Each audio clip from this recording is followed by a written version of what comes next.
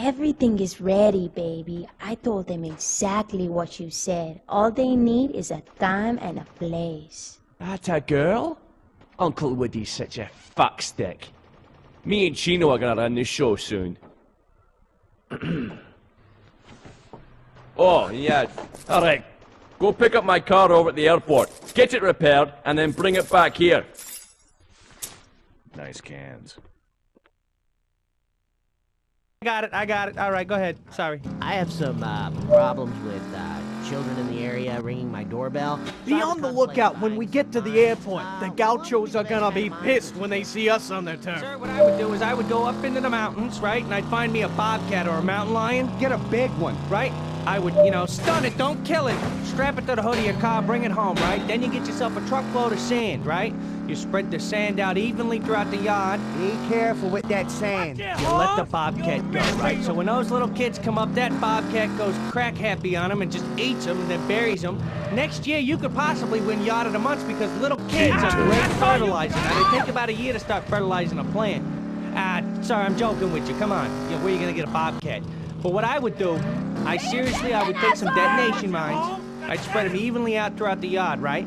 Then I'd sit there and look out your window and wait for those little pricks. Man, this car's all beat to shit. We better go fix her up. And let them ring it. Go ahead, because, you don't want to wait till they get halfway through the yard and blow them up, because the other kids are going to see that. Let the other kids think that the mission was successful, okay? So the kid comes... Oh, yeah, and I forgot to tell you. I had a wee bit of trouble with the Sentinels last night. That's why I ditched the car at the airport. They may be after your ass, so watch out.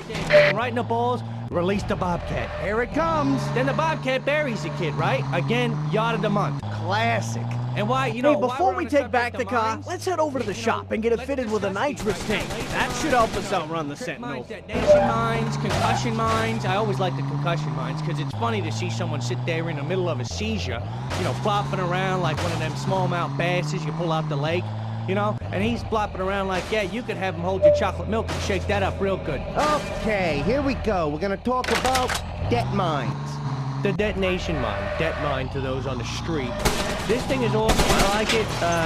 There's something to be said about a weapon that you can launch.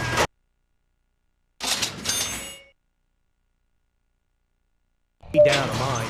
You lay this down, and then at your leisure, you can make it explode. Nitrous is one thing, but there's another little trick to get the Sentinels off your ass. Say they're right behind you. You drop it, boom, you blow them up. Now, if you want to just lay your feet down on the corner, tuck around and wait for someone to come around and then blow it up, you can do that. It's an option. It's an optional thing. At any point, if you decide to ignite this, it will work. I had a few problems going to restaurants. I sit down, I have a little dinner, I ask for a check, all right?